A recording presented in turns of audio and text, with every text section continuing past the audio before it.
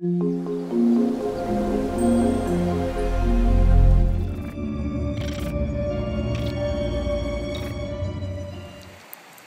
aujourd'hui on se retrouve pour une petite review et test du Fiskars X3. Donc c'est un peu comme une serpe italienne. Elle fait 50 cm de long et 450 grammes au niveau du poids. Au niveau de la lame, comme sur tous les autres Fiskars, c'est un acier au carbone avec un revêtement Téflon qui évite donc les frictions dans le bois et qui protège de la corrosion. Le manche aussi, comme sur les autres, est creux en fibre de verre, ce qui permet d'avoir un poids réduit et surtout un maximum de poids dans la lame. La lame n'est pas du tout full tang, c'est-à-dire qu'elle ne traverse absolument pas le manche. Donc j'avais un peu peur au niveau solidité, et par rapport à ce que ça donne pour l'instant, en tout cas, c'est vraiment très solide. La lame s'attache juste ici à l'intérieur. On va voir sur quelques tests. Donc au niveau de l'élagage, car c'est avant tout un outil pour élaguer, mais pas que, on va voir sur d'autres tests qu'on peut faire bien plus avec.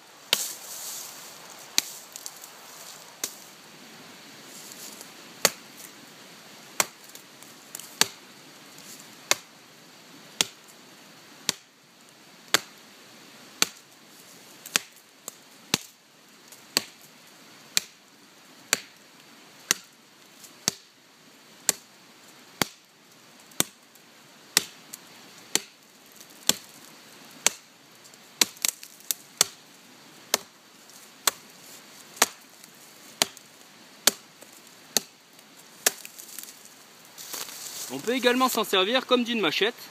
On va taper un coup ici, un coup là. Et ça va décrocher les copeaux et aucun problème, ça fonctionne.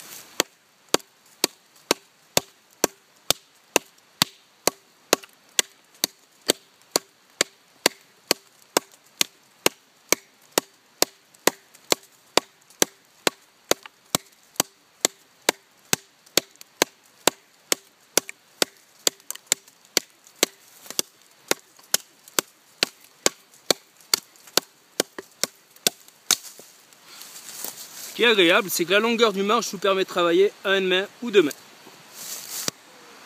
Voilà, même si c'est fait pour élaguer à la base, sur des petites branches, on peut aussi facilement faire du plus gros travail, comme ici, un peu comme avec une hachette. Et bon, on peut le constater, aucun souci de solidité, aucun jeu dans la lame, c'est vraiment parfait. On peut également s'en servir sans problème pour aller pointer une branche. Le seul truc qui est ennuyeux, c'est qu'il faut avoir une surface où le crochet va pas taper, autrement ça va nous gêner.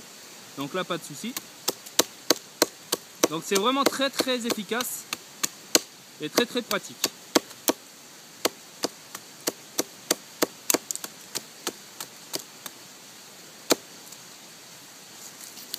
Pareil pour venir écorcer. Aucun souci, on peut s'en servir comme d'un gros couteau. C'est même très agréable. Ça marche parfaitement bien. Ce qui est assez surprenant, c'est que ça pèse seulement 30 grammes de moins que le X5. Et pourtant, ça paraît vraiment très léger en main. Le poids est très bien réparti. C'est même assez marrant de s'en servir. Sur le X5, en fait, le poids est plus proche. On devrait le sentir moins lourd, mais pourtant, en main, on le sent beaucoup plus lourd, quoi. Donc sur des portions comme ça, ça va être plus efficace le X3, même si c'est pas une hache, quoi. Ensuite, sur le X3, le gros avantage, comme sur le X10, on a ici le crochet qui nous permet d'avoir une excellente prise en main. Pour plus de sécurité, j'ai quand même rajouté une dragonne, mais vraiment la main ne glisse pas. en partie grâce au grip ici qui est orange. Comme sur les autres outils Fiskars de la gamme, la couleur orange permet de repérer quand on est dans les branches, dans les feuilles, dans l'herbe, etc. plus facilement son outil. Pour tout ce qui est bâtonnage, aucun souci de solidité, c'est vraiment coriace. Puis la lame est longue, donc on peut faire des grosses sections. Ici on va bien la placer. Et vraiment sans crainte, on peut taper dessus. C'est vraiment très solide. Aucun souci quoi, c'est vraiment facile. Un avantage du crochet, c'est que c'est un peu une extension de notre main. Donc on peut venir ici, attraper des branchages, par exemple pour tous les rassembler au même endroit, sans aucun problème, c'est un peu le but du crochet ici. Ou alors on peut carrément venir attraper des bouts de bois plus gros, on le plante et on vient tirer pour le mettre à la place où on veut. Ça nous évite pas mal d'efforts en fait. Donc c'est quand même vraiment pratique quand on est dans les bois ou quand par exemple on élague et qu'on veut rassembler son bois. C'est vraiment agréable d'avoir ce petit crochet.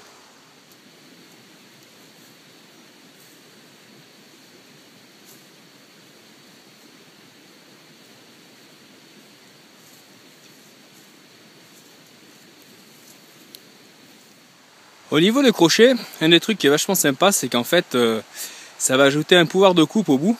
Au lieu de venir simplement taper ici, on peut aussi attraper la branche par-dessus, ici. Et ça donne donc un double pouvoir de coupe, puisqu'on va avoir le tranchant là et dessus. Donc ça va taper sur deux endroits et couper beaucoup plus facilement. C'est un peu l'intérêt du crochet. Alors, même si on se sert que de l'extrémité au niveau du crochet, c'est très efficace, quoi, ça pardonne pas. Vraiment très pratique. Voilà une petite vue d'ensemble de ce que j'ai fait en quelques minutes pour le test. Et sans vraiment de gros efforts. Avec le X3 sur cet arbre qui était tombé ici. Donc vraiment très efficace. Ce petit outil.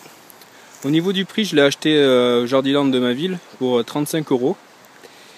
Et bien que ce soit vendu comme outil de jardinage, c'est vraiment très agréable et très efficace pour toutes les tâches qu'on a dans les bois et notamment en bushcraft. Un autre avantage de sa longueur, c'est si je veux par exemple atteindre cette branche et que je suis bloqué par les autres, j'ai pas besoin de m'approcher trop. Je peux travailler à distance ici. Ce sera tout aussi efficace. Toujours pour la longueur, on peut travailler relativement haut, sans aucun souci. On gagne vraiment des centimètres, surtout moi qui suis vraiment pas grand. C'est quand même pratique. Ça peut aussi être utile quand on est en forêt pour débroussailler, un peu comme avec une machette, pour pouvoir passer, couper un peu les branches au travers du chemin. C'est vraiment très efficace et très agréable d'utilisation. On va voir ce que ça donne pour tomber ce petit arbre mort.